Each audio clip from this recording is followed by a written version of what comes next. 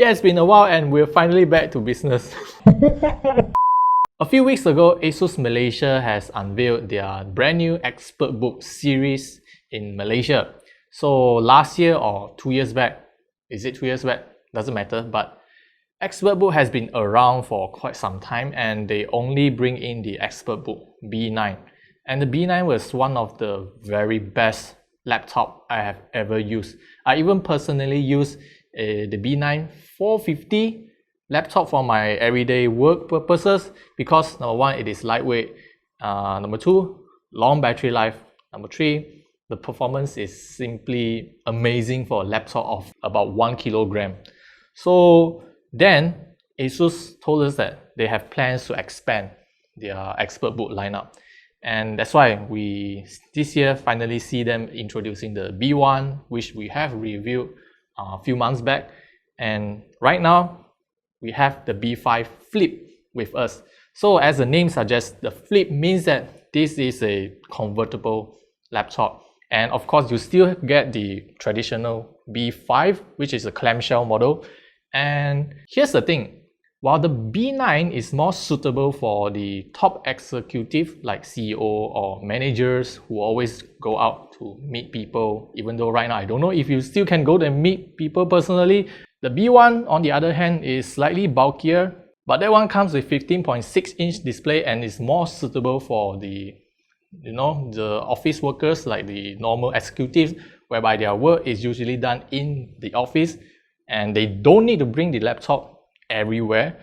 And the B5, now you might ask, who is this for actually? Is this for top managers or the regular executives? I personally think this is most suitable for those in the sales and marketing department.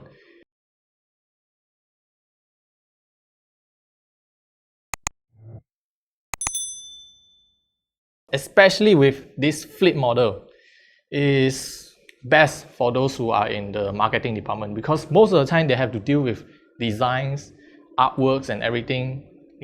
They need to attend meetings and then they want to show the pamphlets design, the brochure design, all of those stuff. That's why a convertible laptop like this is very useful for their use case. Meanwhile, for the salesperson, they need to go out and to do their sales. So a laptop versatile like this means that they only need to bring a laptop instead of like last time they will bring a laptop as well as an iPad or Android tablet. You see, tablet is very easy to handle because it's lightweight and you can straight away show all the marketing materials to your clients. Now you only need to bring one device like the Flip, then you can switch it around and use it like a tablet and then use a touchscreen to show whatever catalogs. So the Flip is more or less for this kind of use case. So this is for business. Again, if you were to ask me, I would say the ExpertBook series, even though they are saying this is for business use, however in Malaysia they are selling it. If you really want it, you can actually purchase it from ASUS. Then again, I'm kind of disappointed with how the ExpertBook series was doing in Malaysia, partially because everyone would just choose to buy other series instead of ExpertBook. That's why I would say the ExpertBook is the underrated series. For one is their build quality is just phenomenal, while the B9 has some pretty hardcore material choice made of magnesium alloy chassis. Yes, it does contribute to lightweight body chassis, but of course you have to pay extra for that. Meanwhile, the B5 is built with just standard aluminum alloy chassis. The finish itself is very similar to B9. If you don't look closely, by touch alone, you can't really tell them apart. And it is not super heavy as well. For this thing, it's just like, I don't know, under 2 kilograms. I believe it's 1.3, somewhere around that. But they have different SKUs, so I won't say the exact weight for that. And when we talk about the specifications, here's the thing, I can't really review, properly for this laptop because number one, here's a disclaimer, this is the engineering sample sent by ASUS, for us as a early preview. So just treat this as early preview, and I just want to share with you my experience after using it for like about 2 weeks time. The one we received comes with the Intel Core i3-1115 G4 CPU. Here's the thing, they never planned to release the i3 model in Malaysia, whereby they only plan to bring in the i5-1135 G7, if not otherwise the i7-1165 G7. So even if I try to benchmark this thing, the performance will be kind of bad, and that actually shows in my everyday use. i3 is just not enough for your use case. I know if you just plan to use it for YouTube, for emails and stuff like that, it works fine, but you will feel the sluggishness when you first boot it up. So that moment of lagginess will kind of, well, breaks the overall enjoyment of using this laptop. But good thing is they never really plan to bring in i3, so it doesn't matter. You can either choose the i5 or i7. Now the next thing is the memory. Here's the thing, ASUS has been doing this for, I don't know, for a few years, whereby they solder one stick to the motherboard and then they leave another RAM slot open for you to configure. The one we have here has 8 GB of memory configuration. Now we are not sure how they configured it. Probably is 4 gigs of soldered and another 4 gigs of sticks for that. Nonetheless, the maximum configuration you can get is actually 16 GB of soldered RAM and then another stick of 32 GB. That means in total 48 GB. Yeah, that is quite a lot. And then there are 2 NVMe SSD slots available in this small chassis. One of it, of course, is preoccupied by the default SSD. Of course, it starts from 512 GB and it can go up to 2 TB of SSD. And you can, of course, purchase another sticks of SSD and put it in. That is pretty good if you want to upgrade the storage. Now, speaking of this kind of small chassis, I have to point out how good this keyboard it is. The keyboard is just like the B9 because the reason why I kept using my B9 is the tactility and the feedback of each of these keys is so precise. That's why I'm able to type all my scripts, my reviews, and all the news articles and things like that. So that's why I highly regard this keyboard as one of the very best from ASUS. I have to point it out, from ASUS, because it's nothing compared with the ZenBook and the VivoBooks.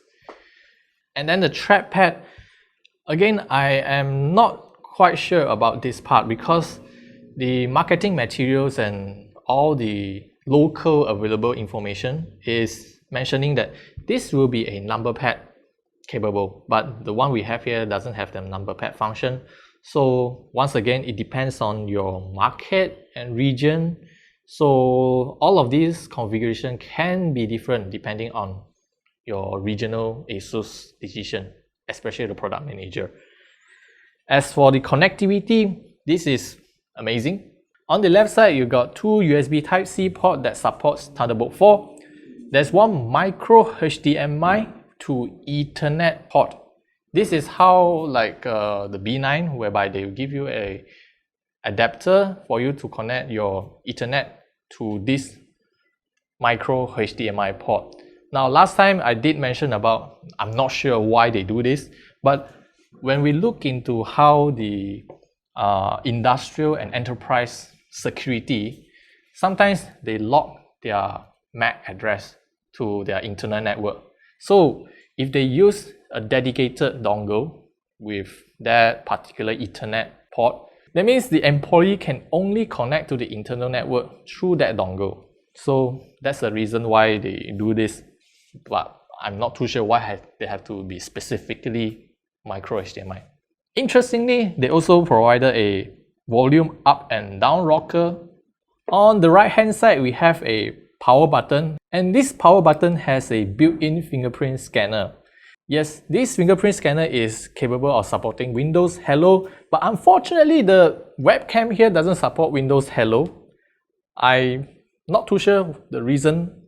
Probably because the webcam has a privacy shutter, that's why they just don't include it. Otherwise, the experience is not so hello. Moving on, we have a 3.5mm audio combo jack, a full-size USB Type-A port, and a full-size HDMI port. That is very comprehensive for a laptop of this thinness. Now let's talk about the screen. The display is a 16:9 Full HD matte touchscreen. So here's the thing I want to complain about. I don't like this part. You see, they have a lot of space which they can capable of putting a 16:10. That will be more useful for office workers because most of the time they will deal with emails and documents. So more vertical screen real estate is always better. Instead of putting a big chin with ASUS ExpertBook branding there, it doesn't look that, how to say, professional. The screen itself is nothing to complain about this thing, but because this is a touchscreen, and if you use it in the traditional laptop mode, and if you ever trying to like navigate things, yeah, the screen wobble can get really infuriating. And we'll move on to the battery life because this is very important. The one we have here comes with a 66 watt-hour battery, and when we use it in balanced battery mode, we managed to push it for somewhere around 10 hours of usage. That is including normal web browsing and as well as multimedia streaming from YouTube and Netflix. We are having all those multimedia streaming in background and we still can get 10 hours of battery life. So imagine if you don't do that, all those background processing, you probably can extract more battery life from this machine. So lastly, again, I want to emphasize why the ExpertBook series is one of the most underrated and underappreciated laptop series. Number one, they have excellent build quality. I kid you not, instead of the VivoBook plastic chassis, the user experience, battery life, magnificent. The overall user experience on the ExpertBook is way beyond whatever you can get from the consumer side. And consider that you can actually purchase the ExpertBook from your local dealers or even retailers because ASUS is actually open about this series. So if you really have the budget and you wanted a machine, even though if you're just a one-man company and you want a proper machine for your work, the ExpertBook series is there for you.